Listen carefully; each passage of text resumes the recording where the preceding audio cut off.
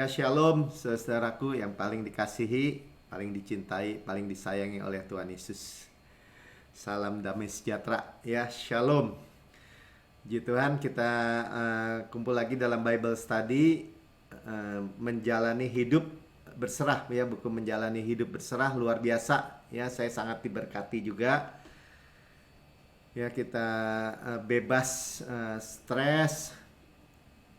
Di tubuh kita bebas stres, ya, di pikiran kita bebas khawatir, di hati kita bebas gelisah atau cemas, ya. Dan kita ada di bab yang ke-11 bagian yang kedua, ya, di atas segalanya jagalah hati. Jadi ada sesuatu yang penting mengenai hati ini, ya. Kita udah dengar, ya kan, Tuhan bilang janganlah hendaknya kamu khawatir tentang apapun juga, tapi nyatakanlah dalam segala hal dalam doa dan permohonan. Kita udah belajar, ya, di bagian yang pertama, doa dan permohonan itu adalah berbahasa roh, ya. Jadi itu meluap dari hati juga, ya. Dan sekarang ini dan dibilang damai sejahtera yang melampaui segala akal melihara hati, ya, memelihara hati atau membentengi hati dan pikiran kita.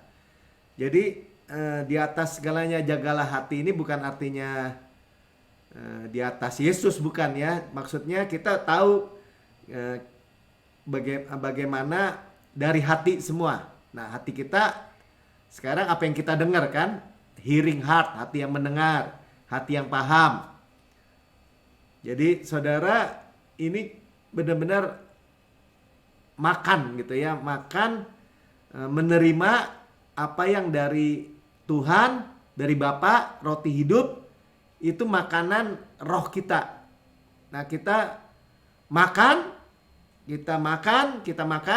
ya, kapasitas semakin besar, dan kita dengar hanya kabar baik, karena nanti dari hati ini yang memancar lewat mulut, saudara, ya, kehidupan itu. Nanti kita akan lihat, kita akan baca benar-benar, ya, apa yang kita perkatakan, apa yang bagaimana menjaga hati, semuanya ini jadi jelas. Ya, karena yang memancar akhirnya kehidupan, nanti kita akan lihat. Amin. Ya, kita udah tahu, ya, mulut, hati, itu dari hati nanti keluar dari mulut. Nah, hidup dan mati dikuasai sama lidah. Nah, itu di mulut juga.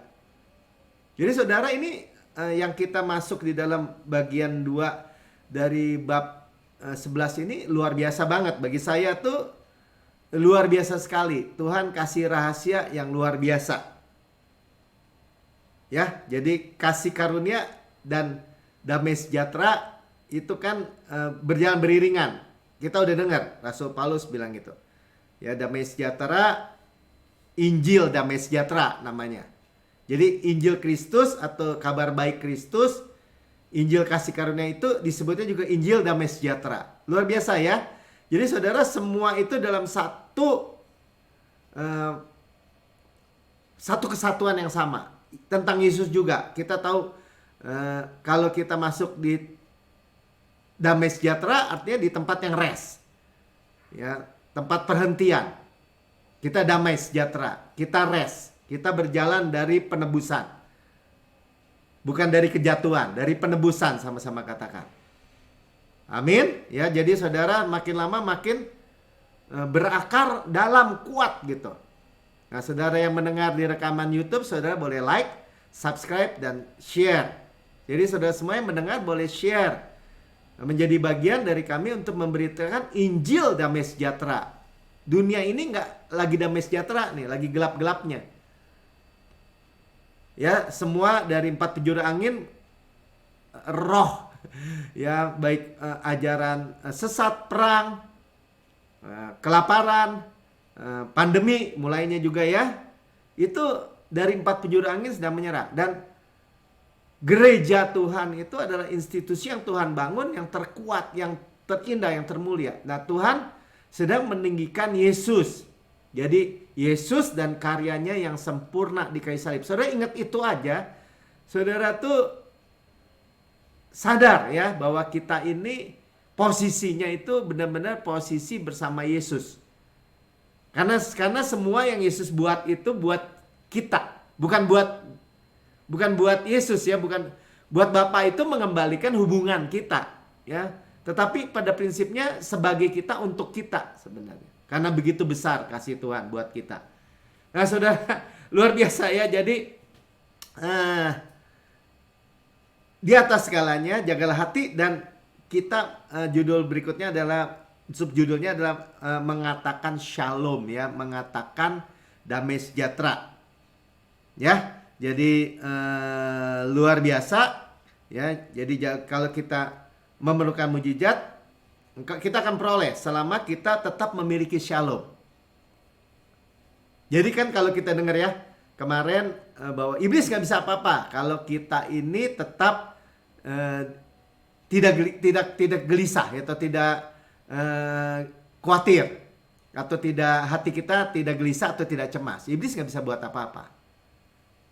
Nah, sekarang kita juga belajar, Saudara. Kita juga belajar. Ada orang, dunia juga mengajarkan, atau motivator mengajarkan, kita harus berkata, atau bukan berkata, kita jangan memperkatakan yang buruk gitu ya, mengatakan yang jelek kepada anak-anak kita. Kita tuh udah banyak belajar tentang itu.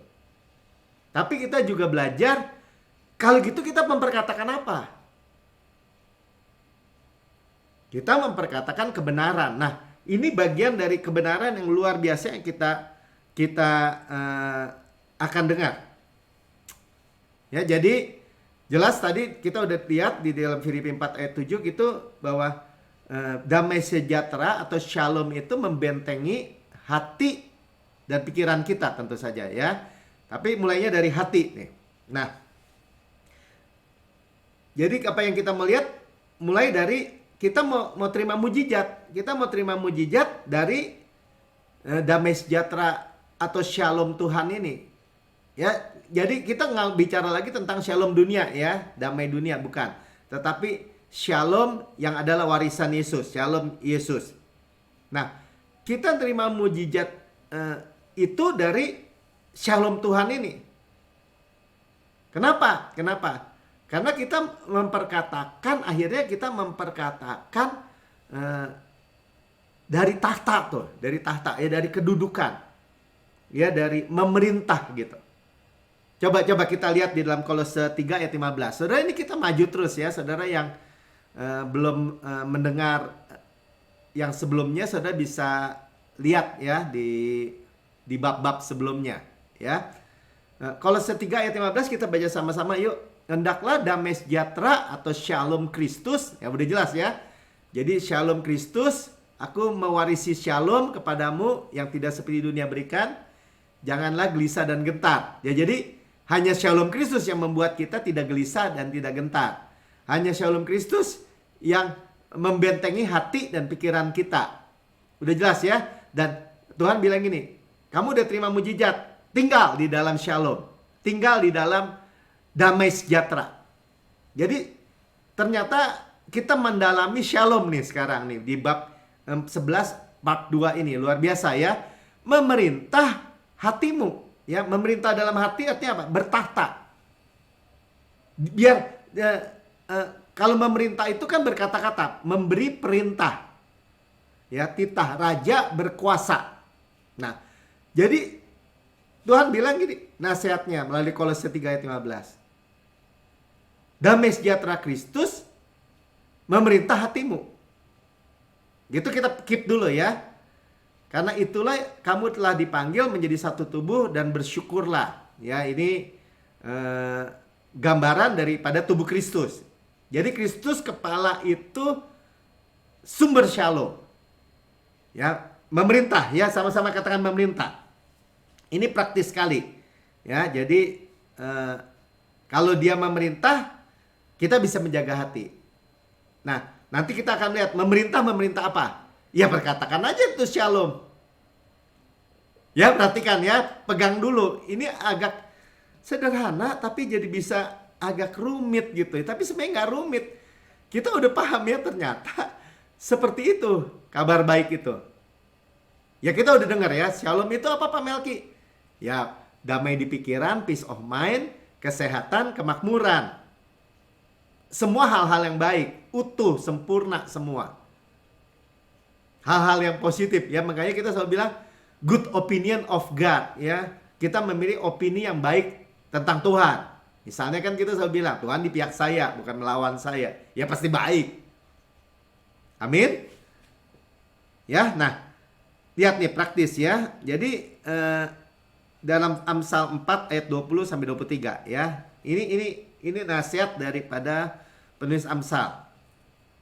Salomo katakan gini ya, hai anakku, dia bilang, perhatikanlah perkataanku. Lihat ya, perkataanku, sama-sama katakan. Tuhan selalu ngomong firman, perkataan. Makanya lidah kita berkuasa nih, dan kita sekarang benar-benar dikasih hal yang praktis sekali dan simple sekali. Ya, arahkanlah telingamu kepada ucapanku. Nah, kita kayak duduk gini, sama-sama saya ngomong, juga saya dengar. Nah, sebenarnya kita juga memiliki apa? Hearing heart, ya hati yang mendengar. Kita tangkap dengan hati kita, bukan soal hafal, bukan. Kita tahu ini soal makan Yesus. Ya ini bicara tentang Yesus. Kenapa kita memiliki hati yang baru, ciptaan baru? Karena Kristus. Hati yang paham, hikmat. Saudara ya. Lihat. Janganlah semua itu menjauh dari matamu. Nah, ini bicara apa? Memandang juga. Saya selalu bilang ini. Kita hanya apa? Hanya pandang Yesus, menaruh Yesus di pusat. Yesus firman. Ya kita pandang pakai telinga lagi. Karena Yesus adalah firman. Amin. Waktu kita pandang, indah. Amin Tuhan. Amin Tuhan. Saya percaya, amin. So be it. Ya. Perkatakan seperti apa yang Tuhan katakan. Oh iya, tujuan Yesus datang supaya kamu berhidup dan melayani dengan segala kelimpahan. Amin Tuhan. Kalau kita lagi kurangan uang, kita bilang, Tuhan Yesus datang supaya saya berhidup dan melayani dengan segala kelimpahan. Atau Tuhan memberikan saya kekuatan untuk memperoleh kekayaan. Amin Tuhan. Makanya dibilang jangan menjauh. Ya, simpanlah itu di lubuk hatimu. Biarlah itu keluar dari hati kita. We mean it gitu. Ya, saya selalu katakan, kita memang bermaksud demikian, bukan kayak burung beo gitu, bukan. Makanya kita belajar gini. Wah, kalau gitu shalom itu indah sekali ya. Nanti sudah lihat, luar biasa sekali. Amin. Ya, karena itulah makanya nih lihat ya, ini resultnya yang menjadi kehidupan bagi mereka yang mendapatkannya. Saudara, kehidupan. Makanya dikatakan kehidupan yang berkualitas. Segala aspek kehidupan mendapatkannya. Waduh, puji Tuhan banget saya mendapatkan Injil kasih karunia, Injil damai sejahtera, Injil Kristus, kabar baik, kehidupan. Makanya dengan mudah kita dapat membedakan ya. Kalau dibilang, belum tentu selamat, keselamatan bisa hilang. Itu mah kematian dong. Percuma Tuhan Yesus datang 2000 tahun lalu menghapus dosa dunia katanya. Menghapus dosa kita. Kalau akhirnya orang percaya itu masuk neraka juga. Nggak selamat. Ya tapi Pak, tapi kan masa kalau orang sedang berzina mati terus masuk surga? Ya, kenapa lompatnya ke situ? Ya, baca yang benar. Bahwa kasih karunia itulah antidot, obat penawar dosa. Tapi Pak, kita kan masih jatuh. Iya betul. Karena itulah ada janji Tuhan tersedia. Dan kesembuhan bagi seluruh tubuhmu. Mana ada obat yang bisa bilang ini. Ini obat nih pil nih ya. Bisa menyembuhkan seluruh penyakit apapun di tubuhmu. Ada nggak saudara ketemu? Ada Pak Melki, Amsal 4 ayat 22. Iya itu. Ya makanya dikatakan hati yang gembira, obat yang manjur. Bener. Saudara semua jadi inline gitu. Ya jadi kalau kabar buruk, nggak bisa. Saudara harus mentaati.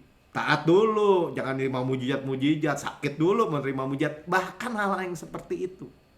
Tuhan juga memberikan kecelakaan. Tuhan juga mengizinkan hal-hal yang buruk. Saya aja punya anak. Kalau saya punya kuasa untuk mengizin, saya nggak mungkin mengizinkan yang buruk buat anak saya. Dibuka mic. Amin. Ya, bagi seluruh tubuh. Nah jadi eh, wah kalau gitu jadi gampang ya. Kita cuma jaga satu aja. Padahal kita diajarkan jaga kesehatan. Wah kalau sakit jaga supaya sembuh. Ya jaga bisnis kamu mungkin ya. Uang kamu, saham kamu. Jagain tuh pesaing kamu kalau lagi bisnis. Ya. Kalau mau hidup kamu, keluarga kamu kan harus sejahtera. Kamu harus jagain tuh istri kamu, anak-anak kamu. Nggak begitu ceritanya saudara.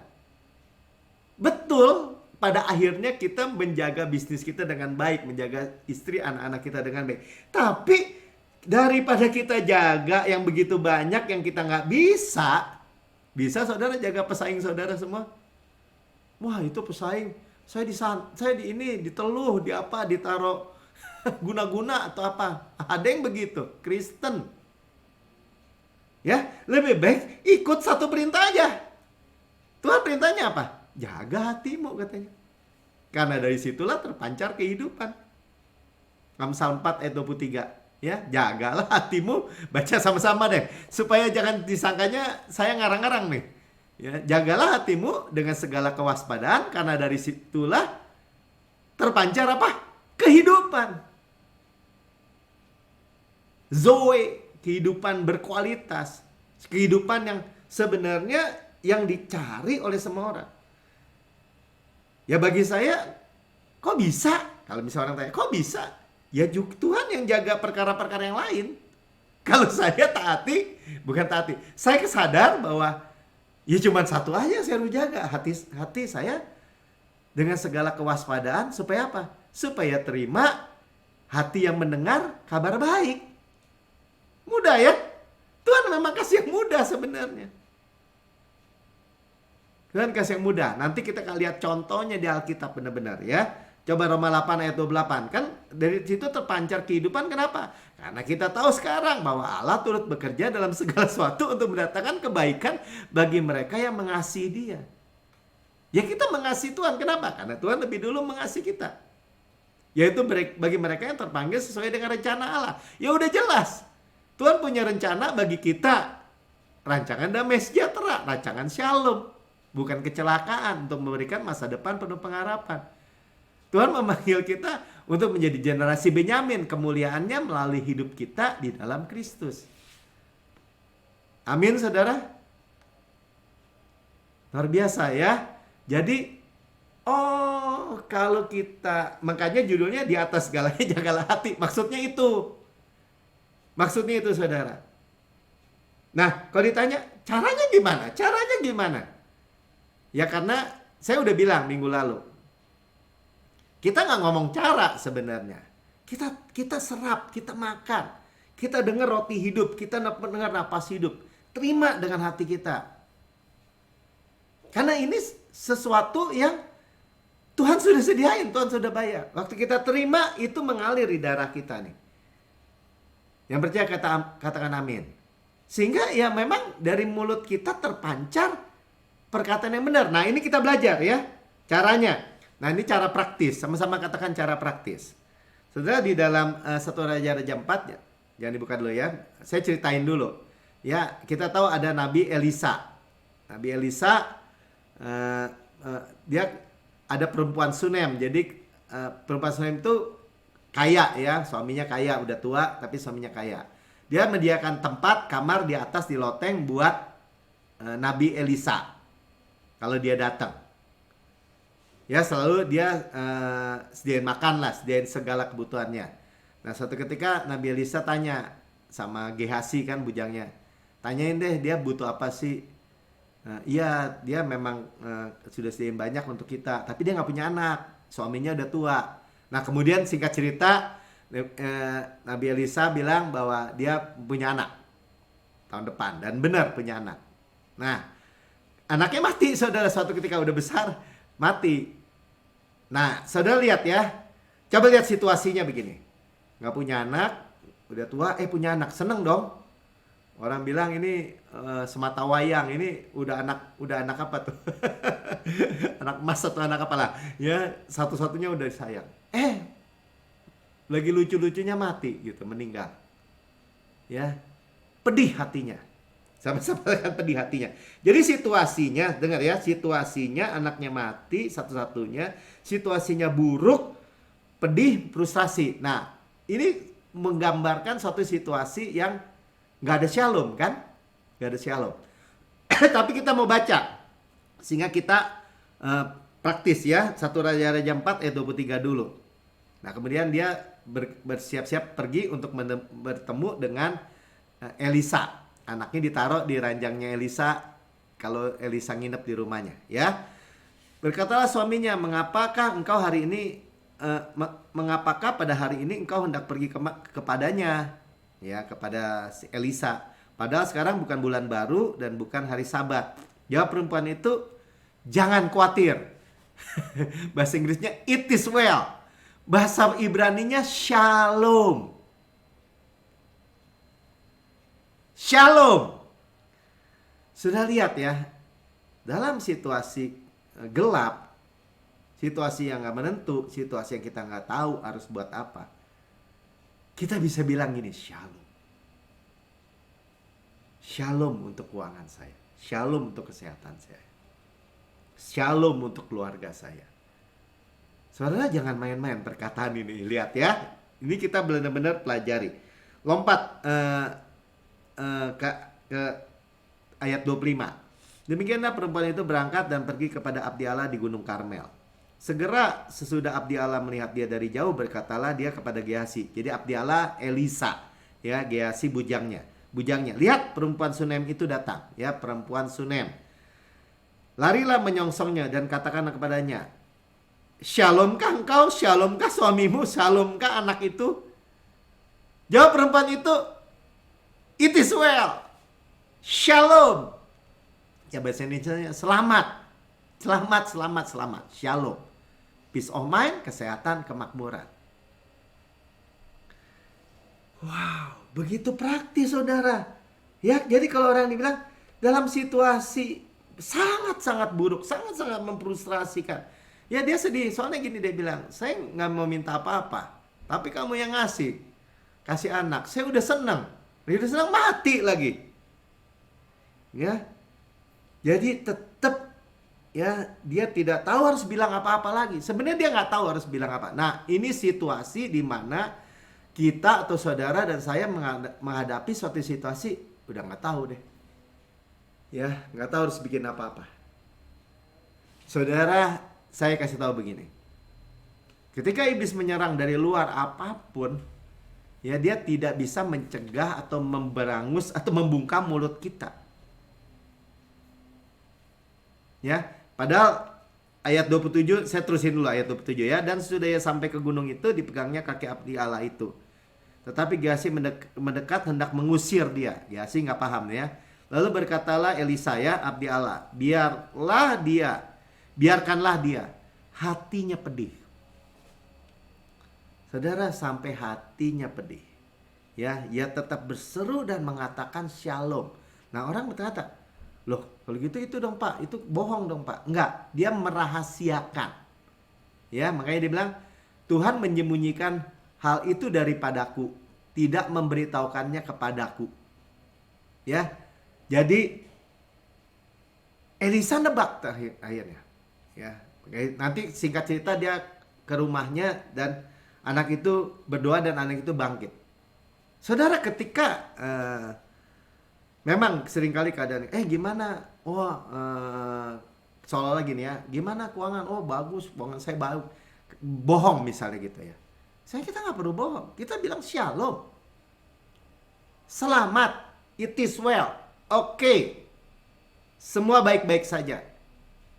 Kenapa? Karena Tuhan, saudara. Amin. Ya, jadi ternyata praktisnya daripada bagaimana kita dikatakan apa tadi, menjaga hati, ya, lepaskan aja shalom Kristus. Sama-sama katakan, lepaskan shalom Kristus melalui ucapan dan perkataan. Amin.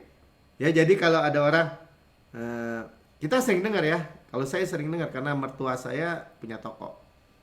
Gimana dagang gitu ya. Gimana sekarang? Aduh, susah. Sekarang nggak ada ini, aduh berat. Selalu orang gitu kan. Udah otomatis tuh. Gimana kesehatan? Aduh, udah tua. Aduh, pokoknya semua yang kita dengar dari dunia tidak ada yang positif. Ya. Nah, jangan meremehkan kata-kata itu. Kenapa kita nggak bilang shalom, baik-baik saja? Makanya apa kabar? Baik. Sebenarnya orang udah punya modal itu sebenarnya. Kita tahu shalom. Amin. Ya, jadi kita tidak mengatakan apa yang kita rasakan sebenarnya. Tadi kan hatinya pedih. Sama-sama katakan, nggak mengatakan apa yang kita rasakan, tetapi menjaga hati mengatakan shalom. Injil sebenarnya. Ya, Injil shalom, sebenarnya kabar baik. Itulah cara praktis menjaga hati dan mulut kita. Ya, jadi kalau hati itu mata air, dari dalam diri kita ada mata air, ya, mengalir, ya. Pintu keluarnya itu mulut, lidah. Dan luar biasanya di Galatia juga dibilang kan, lidah itu seperti api kecil, korek api kecil gitu, tapi bisa membakar hutan. Hal yang negatif bisa terjadi. Hal yang besar maksudnya juga bisa terjadi. Baik negatif, baik positif. Makanya dikatakan di dalam Amsal 18 ayat 21, ya, hidup dan mati dikuasai sama lidah. Luar biasa ya. Saudara diberikan lidah yang mengalirkan, memancarkan kehidupan. Dan sekarang praktis sekali. Saya lebih menghargai lagi kata-kata shalom itu. Coba Lukas 6 ayat 45. Baca sama-sama. Orang yang baik, ya. Kita mau jadi orang yang baik sama orang yang jahat. Ya orang yang baik lah ya. Mengeluarkan barang yang baik dari perbendaharaan hatinya yang baik. Orang yang jahat mengeluarkan perbendaharaan yang jahat. Ya, barang yang jahat dari perbendaharannya yang jahat. Apa perbendaharannya? Karena yang diucapkan mulutnya meluap dari hatinya. Pantesan di atas segalanya jagalah hatimu. Gimana jaganya? Ya kasih firman. Biar kapasitas kita semakin besar. Memiliki kebenaran-kebenaran. Memiliki firman. Yang semuanya adalah kabar baik. Ternyata Injil damai sejahtera itu. Ingat ya, Paulus selalu bilang kan, damai sejahtera, kasih karunia dan damai sejahtera itu selalu berjalan beriringan. Jadi kalau nggak damai sejahtera, yakin aja bukan Injil. Amin. Ya, jadi menjaga hati ya caranya ya menjaga mulut. Ubah kata-kata kita, ya. Lepaskan kuasa shalom Kristus. Minimal kalau nggak tahu juga ayatnya, ya udah shalom. Shalom. Lagi ngadapi masalah kesehatan, shalom untuk kesehatan saya. Saya mau baca dari halaman 159 ya. Sedikit aja nih apa yang Pastor Pin bilang. Apapun situasi yang sedang Anda hadapi, lepaskanlah kuasa shalom Yesus. Nah, ya. Ketika segala sesuatu dalam hidup Anda tidak berjalan sesuai rencana, ucapkan shalomnya, dikatakan. Aduh, rencananya gini. Aduh, kok nggak seperti apa yang kita pikirin ya. Shalom. Saat rasa takut dan gelisah memenuhi hati Anda, ucapkan shalomnya. Takut apa? Aduh, gimana ya keadaannya, perang. Aduh, tambah melebar. Aduh, nanti kalau perang dunia ketiga gimana? Shalom. Berdoalah dalam roh. Nah, tadi ya, kan bahasa lidah disebutnya juga bahasa roh. Rest and refreshing. Kita dengar. Saudara bisa dengar yang minggu lalu. Ya, Jumat lalu maksudnya. Tetaplah berpegang pada janji-janjinya dan simpanlah itu di dalam hati Anda. Saat Anda tetap berada dalam shalom atau damai sejahteranya, bersiaplah menyaksikan perkara-perkara yang baik terjadi. Jadi mujizat terjadi dari gitu ternyata. Jadi apa yang dihadapi perempuan Sunem itu, Ketika dia bilang shalom, shalom, shalom 3 kali, ya, anaknya bangkit lagi, saudara. Bersiaplah bersiaplah menerima mujizat, bersiaplah menyaksikan mimpi-mimpi yang sudah terkubur bangkit kembali. Sel-sel yang sudah mati hidup kembali, dan hubungan yang sudah putus bersemi kembali. Amin, saudara, luar biasa sekali ya. Saudara shalomin aja. Luar biasa ya, simple, gratis, cuma-cuma, powerful. Ya, jadi saya nggak cerita negatif. Gimana dagang? Shalom, puji Tuhan. Yesus baik. Boleh, saudara. Amin. Ya, ketakutan itu membungkam mulut kita. Ternyata yang membungkam mulut kita itu bukannya iblis, bukan, tapi ketakutan. Nah, padahal kita nggak perlu takut lagi. Yang takut sebenarnya orang yang punya utang kan, biasanya kan dikejar utang gitu, takut kan. Kalau di perjanjian, kalau di Alkitab tuh ceritanya sering begitu ya, orang yang dikejar utang ini takut gitu.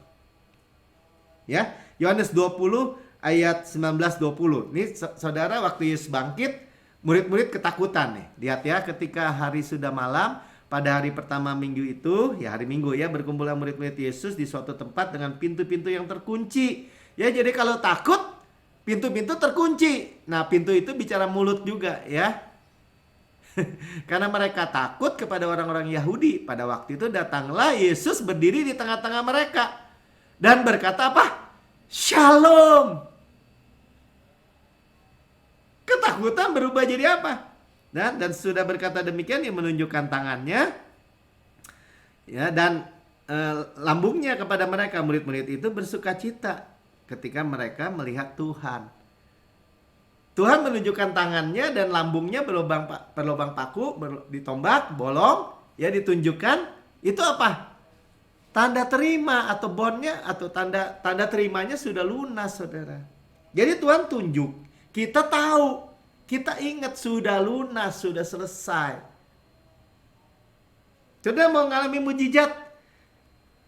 Katakan shalom untuk area yang saudara mau mengalami mujizat. Ya, jadi kalau Tuhan bilang ini, jangan khawatir, jangan takut, shalom, kan sama kan? Ya, kita bilang jangan khawatir Melki, shalom untuk keuangan Melki misalnya, atau saudara ya, apapun ya, janji-janji perkatakan shalom, saya memperoleh hidup damainya dengan segala kelimpahan dari Yesus. Shalom. Ya, karena kenapa kita bisa shalom? Ingat ya, kalau yang segala dosa kita diampuni, kita dibenarkan sepenuhnya, itu yang harus nggak boleh robah tuh ya, nggak boleh goyang sedikit pun. Kebenaran hadiah nggak boleh robah. Nah, kita melangkah ke situ. Jadi sekali lagi ya, jadi kalau segala sesuatu tadi kita udah baca tidak berjalan semestinya, hati dipenuhi kepedihan, pikiran-pikiran menakutkan, perkatakan shalom ya. Saya mau baca lagi bagian yang terakhir ya. Apabila dokter memberikan dugaan medis yang negatif, katakan, tetapi dia tertikam oleh karena pemberontakan kita, dia diremukkan oleh kejahatan kita, ganjaran yang mendatangkan keselamatan bagi kita ditimpakan kepadanya, dan oleh bela-belanya kita sembuh. Jadi kita berkatakan shalom dan berkatakan janji-janji Tuhan. Amin. Apabila Anda takut menjadi renta, ya, nyatakan bahwa Tuhan telah menebus hidup Anda dari lubang kubur, memberkati Anda dengan kasih setia dan rahmat, memuaskan hasrat Anda dengan kebaikan, sehingga masa muda Anda menjadi baru seperti pada burung Raja Wali. Mazmur 103 ayat 4 dan 5. Ya, atau Tuhan memuaskan mulut kita dengan kebaikan tadi ya. Kalau bahasa Indonesianya hasrat. Udah jelas mulut kita dengan goodness, kebaikan. Apabila Anda bergumul dengan masalah keuangan, nyatakanlah dengan iman bahwa Tuhan telah memerintahkan berkat ke lumbung-lumbung Anda. Dan di dalam segala usahamu, lihat Ulangan 28 ayat 8. Ya, Tuhan memerintahkan berkat yang diperintahkan, yang mengejar saudara, menyusul saudara, menabrak saudara. Jangan membiarkan musuh membungkam mulut, sehingga Anda tidak lagi memperkatakan shalom dan mengatakan janji-janji Tuhan. Jelas? Ya. Jadi ayat terakhir Roma 10 ayat 9. Yuk baca sama-sama. Sebab jika kamu mengaku dengan mulutmu, ya mulut, pintu, ya bahwa Yesus adalah Tuhan dan percaya dalam hatimu, ya dari mulut, dari mana? Dari hati tadi. Ya bahwa Allah telah membangkitkan dia dari antara orang mati, maka kamu akan diselamatkan. Keselamatan kekal aja dari apa? Dari kuasa perkataan. Dari apa yang kita katakan. Dan Tuhan mengajarkan kita ya untuk memperkatakan ya berbahasa roh, sama-sama katakan ya, karena ini rest dan refreshing. Karena kata harus mau ngomong apa lagi, mau doa apa lagi, ya bahasa roh aja. Ya, berkata shalom paling gampang ya, shalom gitu ya. Shalom, sama-sama katakan shalom. Ya, peace of mind, kesehatan, kemakmuran, ya kita selalu katakannya. Dan janji-janji Tuhan. Makanya harus tahu janji Tuhan. Minimal saudara tahu bahwa janji Tuhan itu bukan hal-hal yang buruk. Bencana, kecelakaan, wabah, tragedi, kematian, enggak, udah gitu aja. Yang percaya katakan amin. Saudara yang mendengar di rekaman YouTube, saudara berkata, saya mau hidup di dalam shalom. Saudara belum pernah menerima Yesus sebagai Tuhan dan Juru Selamat pribadi saudara. Saudara boleh ikuti saya berdoa. Hari ini juga saudara diselamatkan. Tadi kita udah mendengar, dengan mulut mengaku, dengan hati percaya saudara diselamatkan. Ikuti saya berdoa. Katakan, Tuhan Yesus yang Maha Mulia, saya menerima Engkau sebagai Tuhan dan Juru Selamat pribadi saya. Engkau telah mati bagi saya, telah dibangkitkan karena pembenaran saya. Ya, pembenaran, betul. Dan naik ke surga, duduk di sebelah kanan Allah Bapa. Dan mendudukkan saya bersama-sama dengan Engkau. Sekarang saya adalah anak yang paling Tuhan kasihi dan memperoleh damai sejahtera yang melampaui segala akal. Terima kasih Bapak, di dalam nama Tuhan Yesus. Amin.